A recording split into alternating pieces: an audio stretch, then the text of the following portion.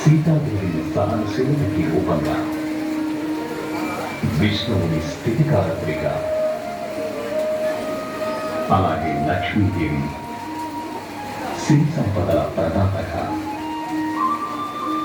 పార్వతీదేవిని శక్తి రూపంగా భావిస్తారు.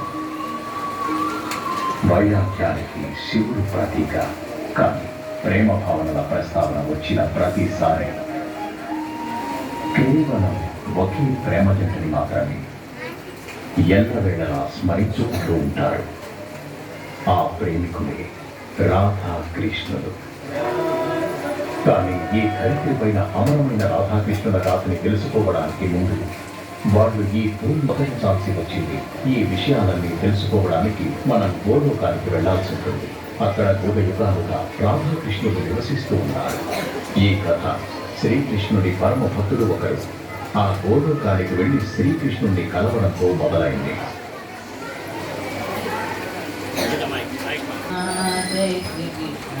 కృష్ణ కృష్ణ హరే కృష్ణ. ఎన్నో వసంతాల తర్వాత నా ప్రేమను దర్శించుకోబోతున్నాను. నేను చాలా ఆనందంగా ఉన్నాను. జై శ్రీ కృష్ణ హరే కృష్ణ కృష్ణ కృష్ణ హరే కృష్ణ. దేవఋషి నారద, మనం ఎందుకు ఇలా ఆగాం? మనం ఇక్కడ ఆగలేదు శ్రీరామ. ఇదే గోలోకం, ప్రేమతో భక్తితో నిండిన లోకం. దీనిని తమరు చూడాలంటే ప్రభు నామస్మరణం చేయాలి కదా. సరే అయితే, జై శ్రీకృష్ణ జై జై శ్రీకృష్ణ. ఏది నాన్నగా గోలోకం ఎక్కడ? అసంపూర్ణమైన నామస్మరణం చేస్తే ఎలా శ్రీరామ? శ్రీకృష్ణుడి నామం ముందు రాధనామం జపించాలి. రాధనామమా? కానీ తను నా ప్రభుకు ప్రేయసి మాత్రం, నేను జపించను. మరి బ్రహ్మదేవుని సందేశం గురించి ఏమిటి? అది చెప్పడానికే కదా తమరు వచ్చినది. నేను బ్రహ్మదేవుని కోపాన్నైనా సహిస్తాను, కానీ రాధనామం మాత్రం జపించను కాక జపించను. సరే అయితే నేనే జపిస్తాను. రాధా కృష్ణ రాధా కృష్ణ.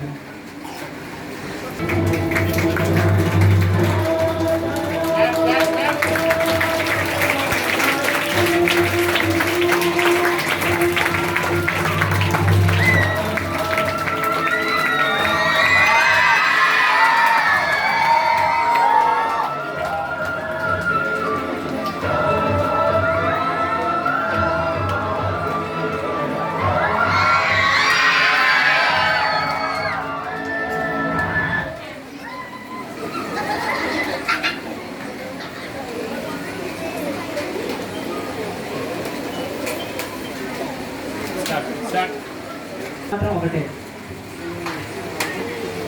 లేదు నారద, ప్రేమ అనేది మాయ. ఇదంతా రాధ మాయ మాత్రమే. అయితే మీ ప్రభువుని ఈ మాయ నుంచి దూరం చేసి చూడండి. చేస్తాను. ప్రభువుని నాకు ఒక అవకాశం ఇవ్వనివ్వండి.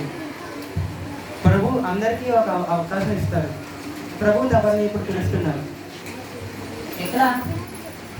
తూర్పు దిక్కున. సరే.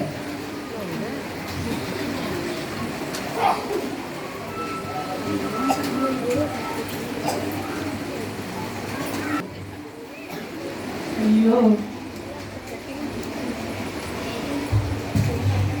విచిత్రం కదా. భక్తులు ఈశ్వరుని చేరుకోవాలనుకుంటారు, కానీ ఇలాగే పాదముద్రల దగ్గర ఆగిపోతారు. నన్ను కనాలని ఎన్నో ఏళ్ళు వేచి చూస్తావు శ్రీరామ. ఇప్పుడు నేను నీ ముందున్నాను, ఇంకా వేచి చూస్తావా? ప్రభు, నా జన్మ ధన్యమైంది ప్రభు. శ్రీరామ, నీ మనసులోని బాధ ఏంటో చెప్పు.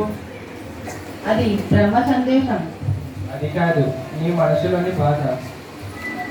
అది మీ నామం ముందు కన్నా మీ ప్రేయసనామం రాధనామం జపించడం ఏంటి స్వామి? ఈ జీవన సారం కృష్ణుడు అవుతే ఈ జీవనానికి ఆధారం రాధ. అయితే ఆ స్త్రీ కారణంగా మీరు భక్తి కంటే ఎక్కువ విలువ ప్రేమకి ఇస్తున్నారా? చూస్తుంటే నేను కూడా మాయలో పడినట్టున్నాను. కానీ నేనేం చేయను? భక్తులకి సమస్యలు వస్తే ఈశ్వరుని ప్రార్థిస్తాడు. మరి ఈశ్వరునికి సమస్య వస్తే నేనెవరి దగ్గరికి వెళ్ళాలి? నాకెవరు ఉన్నారు? నేను ఉన్నాను ప్రభు, నాకు ఒక అవకాశం ఇవ్వండి.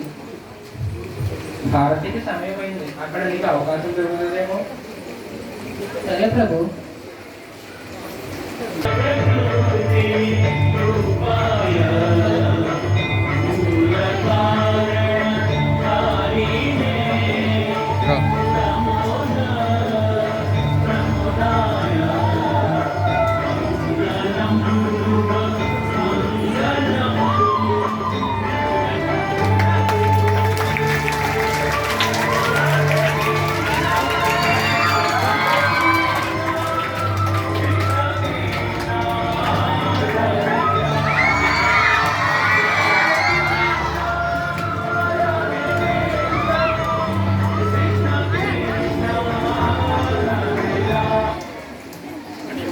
ప్రభు, ఇప్పుడు చెప్పండి ప్రభు, ప్రేమ కంటే భక్తి గొప్పదని, అలాగే రాధనామం కంటే కృష్ణనామం గొప్పదని.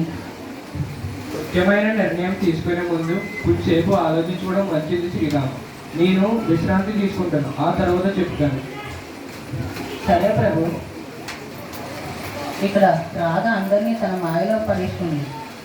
ఎవరైనా ఈ బాలుడికి చెప్పండి, రాధనామం జపిస్తే ఏమవుతుందో. కావడం మంచిదే శ్రీరామ. నాకు ఇంకొక సాయం చేసి పెడతావా? చెప్పండి ప్రభు. నువ్వు నా ద్వారపాలకుడిగా ఉంటావా? ఒక భక్తుడికి ఇంతకంటే ఎక్కువ ఏం కావాలి ప్రభు? ఉంటాను, ఎవరిని రానివ్వను. ఎవరిని రానివ్వవా? ఎవరిని రానివ్వను ప్రభు. సరే. వదలండి శ్రీరామ, కృష్ణ నన్ను పిలుస్తున్నాడు. ఏది నాకు విడమదనం లేదే. ప్రేమ పిలుపు చాలా తీక్షణంగా ఉంటుంది. అది ఒకరి నుండి మరొకరికి వినబడుతుంది. కానీ అందుకోసం వారి మనసులో ప్రేమ ఉండాలి. నువ్వు నీ స్మృతి పట్ల గర్వంగా ఉన్నావు కదూ. పూర్తి దూరం అయితే భయంతో కృష్ణుడి పిలుపును నిర్లక్ష్యం చేయలేను కదా. నువ్వు నన్ను నిస్సాయకుని చేసావు రాగా. అయితే విను, నేను శ్రీకృష్ణుడి భక్తుడిని, శ్రీరాముడిని. నా భక్తి యొక్క శక్తిగా భావించి నేను శ్రమిస్తున్నాను. నువ్వు 100 సంవత్సరాలు కృష్ణుని మర్చిపోతావు. గోళకానికి దూరంగా భూలోకంలో జీవిస్తావు. నుండి పరిష్కరించాను. మీరు చాలా అర్థం చేశారు శ్రీరామ. నేను ఏది ఉంచుతానో అదే చేశాను.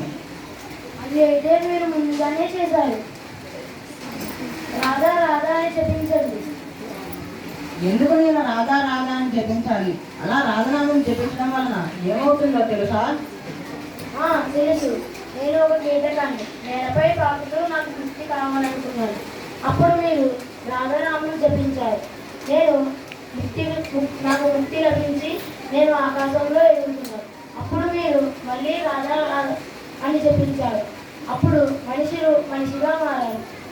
ఎన్నో లక్షల జన్మల తర్వాత కానీ మనిషి జన్మ రాదు. అలాంటిది నాకు ఒక నామం 2 సార్లు జపించడం వలన లభించింది.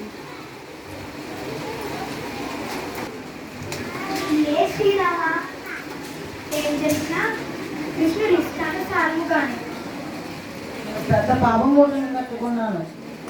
కొన్నిసార్లు మనం ఏదైతే పాపం అనుకుంటామో అదే పుణ్యానికి కారణం అవుతుంది.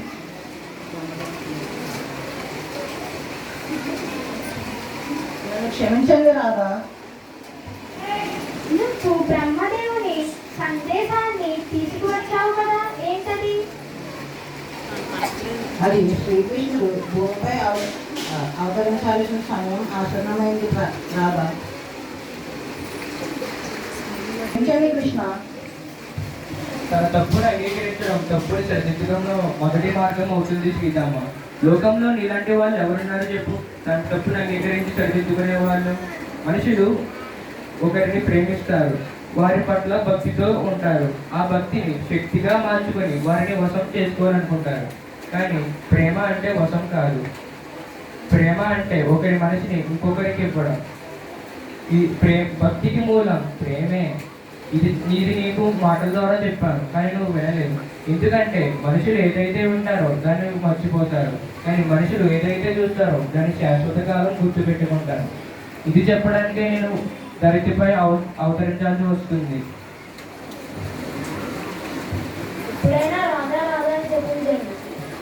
అందరూ రాధా రాధా అని జపించండి. రాధే రాధే రాధే రాధే రాధే రాధే రాధే రాధే రాధే